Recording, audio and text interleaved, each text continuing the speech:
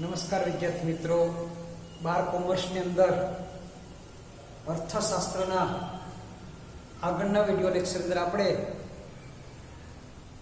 આકૃતિ અને આલેખ દોરતી વખતે કઈ કઈ વસ્તુને ધ્યાનમાં રાખવી જોઈએ, આકૃતિ અને આલેખનું મહત્વ શું છે તે આપણે આગળના વિડિયો લેક્ચર અંદર જોયું છે. આજે આપણે સમજશું આકૃતિના પ્રકારો.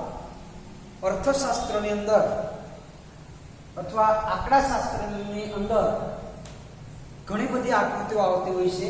હવે આકૃતિના પ્રકારની આપણે જોવા જઈએ તો એક ચિત્રાકૃતિ આવે છે, બીજી છૂટા છવાયા બિંદુવાળી આકૃતિ આવે છે, 3 નંબર સમય આધારિત રેખાકૃતિ આવે છે, 4 નંબર વર્તુળાકૃતિ આવે છે, 5 નંબર સ્તંભાકૃતિ આવે છે અને 6 નંબર વૃત્તાંશ આકૃતિ આવે છે. આંકડાશાસ્ત્ર અંદર આ બધી આકૃતિનો અભ્યાસ કરવામાં આવે છે, પણ અર્થશાસ્ત્રની અંદર આપણે સમય આધારિત રેખાકૃતિ, સ્તંભાકૃતિ અને વૃત્તાંશ આકૃતિ છે તેનો અભ્યાસ કરીશું. વૃત્તાંશ આકૃતિ છે, સ્તંભાકૃતિ છે અને રેખાકૃતિ છે, બરાબર. હવે સ્તંભાકૃતિ એટલે પાછળ પેટા પ્રકાર પડશે, બરાબર. પાસપાસની સ્તંભાકૃતિ, સાદી સ્તંભાકૃતિ અને વિભાજિત સ્તંભાકૃતિ આગળના હવે પછીના લેક્ચરની આપણે સમજશું. પણ અત્યારે આપણે આ જે 6 આકૃતિના પ્રકાર છે એમાંથી આપણા અર્થશાસ્ત્રની અંદર સમય આધારિત રેખાકૃતિ, સ્તંભાકૃતિ, વૃત્તાંશ આકૃતિ આ 3 પ્રકારની આકૃતિનો અભ્યાસ છે ત્યાં કરવામાં આવશે, બરાબર. એમાં પ્રથમ આપણે જોઈશું સમય આધારિત રેખાકૃતિ, બરાબર. પ્રથમ એનો પ્રકાર છે તે સમય આધારિત રેખાકૃતિ. આપણે સમજવાનો પ્રયત્ન કરીશું. સમય આધારિત રેખાકૃતિ એટલે શું? તો કે સામાન્ય રીતે રેખાકૃતિ બે ચલ વચ્ચેના સંબંધની રેખા અને ઢાળ દર્શાવતી હોય છે. હવે રેખાકૃતિ કોને કહેવામાં આવે છે? રેખાકૃતિ એટલે શું? તો કે સંબંધની આકૃતિ. સામાન્ય રીતે તમે જોવા જશો તો રેખા આકૃતિ બે ચલ બે આંકડા, બરાબર. દાખલા તરીકે સમજો 21.64 અને 24.80 આ બે આંકડા છે. એ બે ચલ વચ્ચેનો જે સંબંધ જે ઢાળ દર્શાવે છે એ એટલે કે રેખાકૃતિ. દાખલા તરીકે માંગ રેખા છે, પુરવઠા રેખા છે. આ બધી આકૃતિ અંદર તમે જોશો તો પુરવઠા રેખાનું ઢાળ છે, માંગ રેખાનું ઢાળ છે. એ માંગ રેખાનું ઢાળ છે કિંમત ઉપર આધારિત રહેશે, એમ પુરવઠા રેખાનું ઢાળ છે એ પણ આયતન કે માંગ ઉપર આયતન આધારિત રહેતો હોય છે. એ આપણે જોયું છે રેખાકૃતિ દ્વારા ધોરણ 11 માં અંદર આપણે સમજી ગયા છે, બરાબર. એટલે આ જે આકૃતિ જે કઈ બને છે તે કેવી બને છે? તે રેખાકૃતિ બને છે. એટલે સામાન્ય રીતે રેખાકૃતિ બે ચલ વચ્ચેના સંબંધની રેખા અને બે આંકડા વચ્ચેનો સંબંધ, કિંમત અને માંગ, આ બંને વચ્ચેનો જે સંબંધ છે એ સંબંધ અને એની ઢાળ દર્શાવતી જે આકૃતિ તે એટલે કે રેખાકૃતિને આપણે આયતમાં કહેશું, બરાબર. હવે રેખાકૃતિને સામયિક આલેખ પણ કહેવામાં આવે છે. હવે એની અંદર રેખાકૃતિની અંદર જે સ્વતંત્ર ચલ છે તેને OX ધરી, બરાબર, OX ધરી અને OY ધરી આવશે, બરાબર. એટલે સ્વતંત્ર ચલ છે તેને OX ધરી પર દર્શાવવામાં આવશે અને પરતંત્ર ચલ છે તેને OY ધરી પર દર્શાવવામાં આવે છે. હવે સ્વતંત્ર ચલ એટલે શું? તો કે વરસાદ છે, વર્ષ છે, દેશ છે, આવી કોઈ પણ માહિતી હોય ને તો એને આપણે આયતને કે OX ધરી પર આયતના દર્શાવશું, બરાબર. અને પરતંત્ર જે ચલ છે એ પરતંત્ર ચલની અંદર વસ્તી છે, રાષ્ટ્રની વસ્તી છે, રાષ્ટ્રનું કુલ ઉત્પાદન છે, રાષ્ટ્રની કુલ આવક છે, આ બધી વસ્તુ છે તે પરતંત્ર ચલ ઉપર આયતમાં દર્શાવવામાં આવે છે. ટૂંકમાં સમય આધારિત રેખાકૃતિ અંદર OX ધરી પર સ્વતંત્ર ચલ અને OY ધરી પર પરતંત્ર ચલ છે તે આયતમાં દર્શાવવામાં આવે છે. એ ઉપરાંત રેખાકૃતિ અંદર તમે જોવા જાઓ તો રેખાકૃતિ દ્વારા વિવિધ વર્ષોની અંદર જે વસ્તીની સંખ્યા છે, વિવિધ વર્ષોની અંદર જે ફુગાવાનો દર છે, વિવિધ વર્ષોની અંદર જે સાક્ષરતાનું પ્રમાણ છે, વિવિધ વર્ષોની અંદર રોજગારીનું પ્રમાણ છે, વિવિધ વર્ષોની અંદર જે રાષ્ટ્રને આયતન કે જે ખેતીને લક્ષીને ખેતીમાંથી જે ઉત્પાદન થાય છે એની માહિતી છે. આ ટોટલ પ્રકારની માહિતી છે તે રેખાકૃતિ દ્વારા વધારે પડતી દર્શાવવામાં આવતી છે.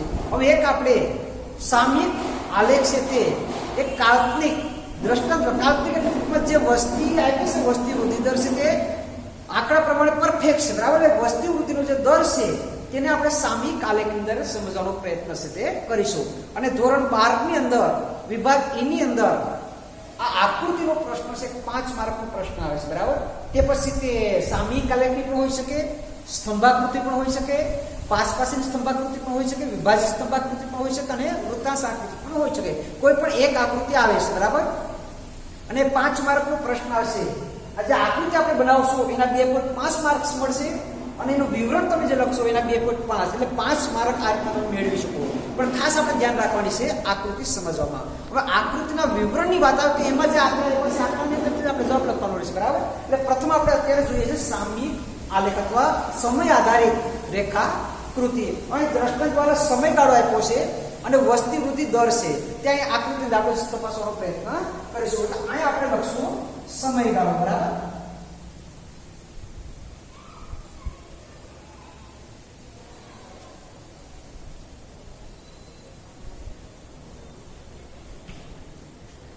અને અહીં આવશે વસ્તી વૃદ્ધિ દર.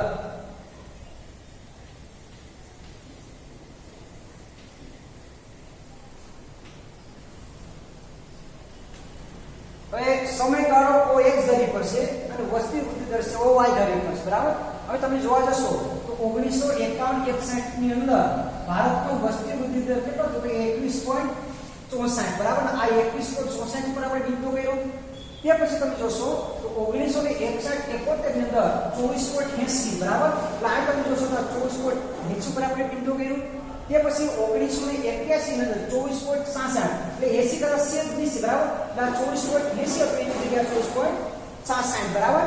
તે પછી 1981 થી લઈને 91 એની અંદર 23.87 એટલે આ તમે જોશો ને તો આ 23.87 છે બરાબર.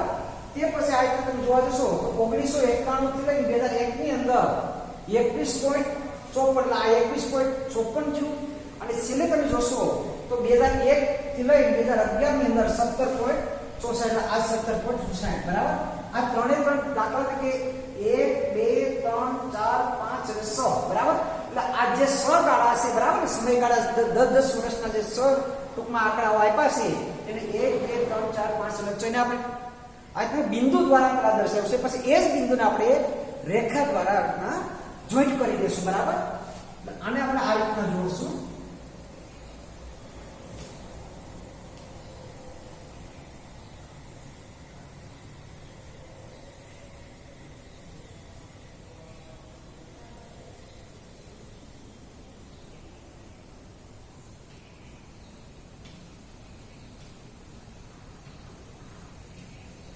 હવે દાખલા તરીકે આ આપણે આકૃતિ બની ગઈ છે બરાબર. હવે આનું વિવરણ લખવાની બાબત આવે તો આ રીતના પેલા આપણે આકૃતિ બનાવશું તો 2.5 માર્ક્સ આના મળશે.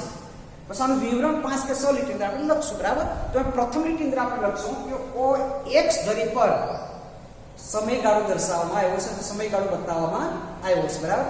OY ધરી પર વસ્તી વૃદ્ધિ દર છે તે બતાવવામાં આવ્યો છે. આ બે લીટી પૂરી થઈ.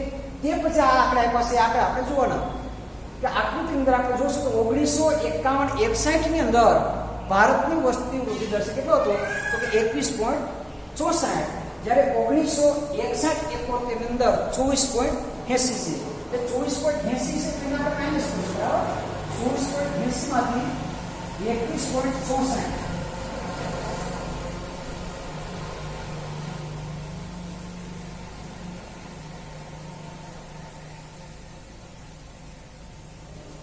વધારો કેટલો છે? 3.16. એટલે 1951-61 કરતા 1961-71 અંદર વસ્તી વૃદ્ધિ દરની અંદર 3.16% જેટલો આજના વસ્તી વૃદ્ધિ દર છે તે જોવા મળે છે. તે પછી આગળ આપણે જોશું 1971-81 ની અંદર 24.66 એટલે 1961-71 કરતા 1971-81 ની અંદર વસ્તી વૃદ્ધિ દર છે માઇનોરમાં થોડો ઘણો ઘટાડો ટૂંકમાં જોવા મળે છે.